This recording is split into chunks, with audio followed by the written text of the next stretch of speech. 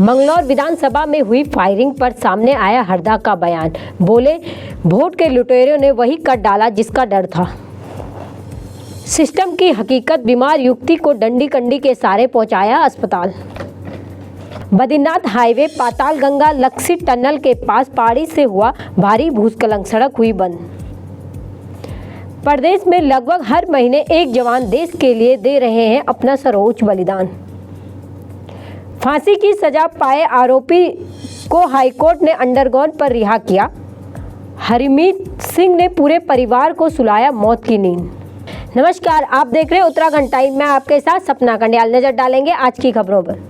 उत्तराखंड की मंगलौर विधानसभा सीट और बद्रीनाथ सीट पर उपचुनाव के लिए मतदान हो रहे हैं। इसी बीच मंगलौर विधानसभा में 8 से 10 राउंड हवाई फायर होने की बात सामने आई है, जिसके लिए कांग्रेस नेता हरीश रावत ने भाजपा को जिम्मेदार ठहराया है। कांग्रेस के वरिष्ठ नेता हरीश रावत ने मंगलौर उपचुनाव में हुई हिंसा पर बड़ा बयान दिया है। हरदा ने हिंसा के लिए शासन प्रशासन और भाजपा सरकार को इसका जिम्मेदार ठहराया है। कांग्रेस नेता ने कहा कि वोट के लुटेरों ने वही कर डाला जिसका डर था। इसके साथ ही हरीश रावत ने कहा कि यह शासन प्रशासन की मिलीभगत है, उनके लोगों को पीटा गया, जिसके विरोध में हरदा कांग्रेस कार्यकर्ताओं के साथ रुड़की के पुलिस कार्यालय के बाहर धरने पर बैठ गए हैं।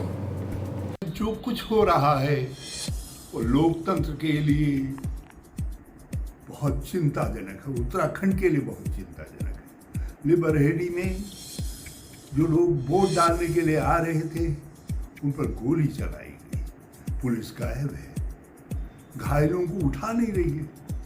हमारे उम्मीदवार काजी निजामुद्दीन अपनी ज़िंदगी पर खेल कर उनको लेकर के अस्पताल पहुँचे हैं, उनको कोई देखने वाला नहीं। अब सूचना मिली है कि इसी तरीके की स्थिति मंडावली में भी है।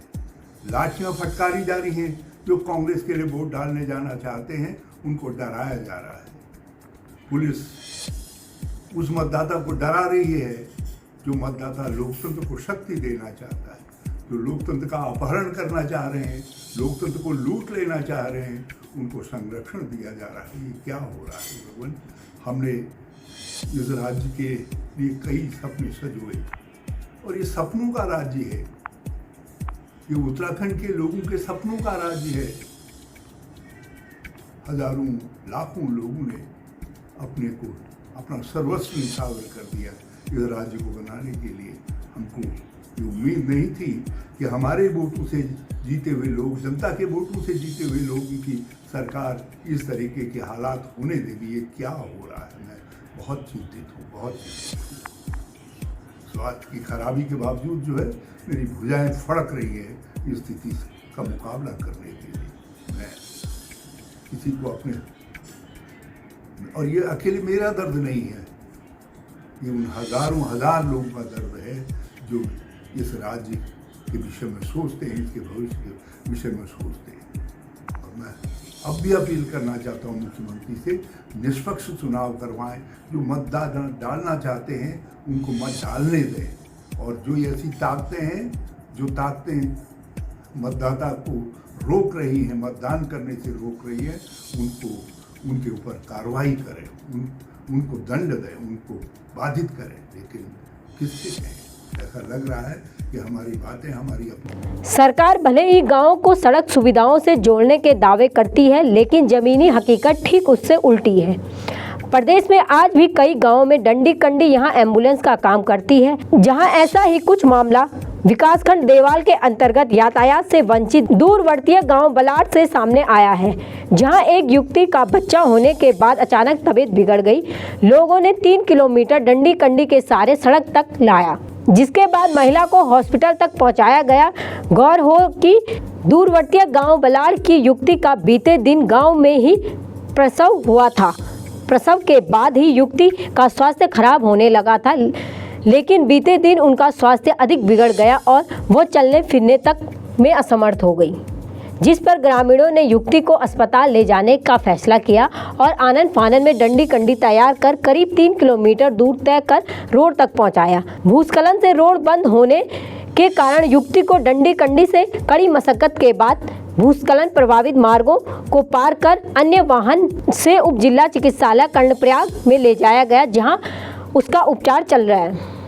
बद्रीनाथ राष्ट्रीय राजमार्ग पर पातालगंगा लक्सी टनल के पास करीब दोपहर में अचानक पहाड़ी से भूस्खलन हो गया।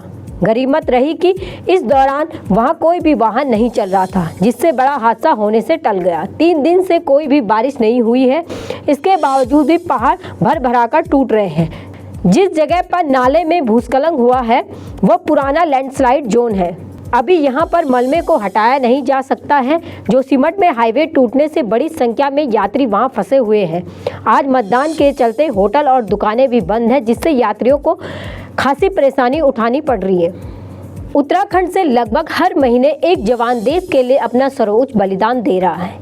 पिछले 24 वर्षों में राज्य के सेना में तैनात 354 सैनिक विभिन्न आतंकवादी हमलों और मुठभेड़ में अपने प्राणों की आहुति दे चुके हैं। जम्मू कश्मीर के कुटवा में सोमवार को आतंकी हमले में उत्तराखंड के 5 सैनिकों ने अपना बलिदान दिया। इससे पहले भी उत्तराखंड के वीर देश के लिए अपना बलिदान देने में आगे रहे हैं। सैन्य बहुल प्रदेश के इन सैनिकों का साहस के असंख्य किस्से सैन्य इतिहास में दर्ज हैं। उत्तराखंड के इन सैनिकों को अपने शौर्य एवं पराक्रम से देश का गौरव बढ़ाया है। नैनीताल हाईकोर्ट ने अभियुक्त हरमीत द्वारा 2014 में दीपावली की रात को अपने ही परिवार के 5 सदस्यों की हत्या करने पर सत्र न्यायालय देहरादून द्वारा उसे फांसी की सजा दिए जाने के मामले पर सुनवाई के बाद उसे अंडरग्राउंड पर छोड़ दिया गया। अभियुक्त के अधिवक्ता का कहना है कि वह 10 साल से मानसिक रोग से गुजर रहा है। इस संबंध में उसकी दवाई भी चल रही है, इसीलिए उसने जितनी सजा काट ली है उसे उस पर ही छोड़ दिया जाए, जिसके बाद कोर्ट ने उसे इस आधार पर छोड़ दिया गया है। पूर्व में कोर्ट में सुनवाई के बाद निर्णय को सुरक्षित रख दिया गया है। बाकी की तमाम खबरों के लिए जुड़े रहे हमारे साथ और देखते रहे उत्तराखंड टाइम।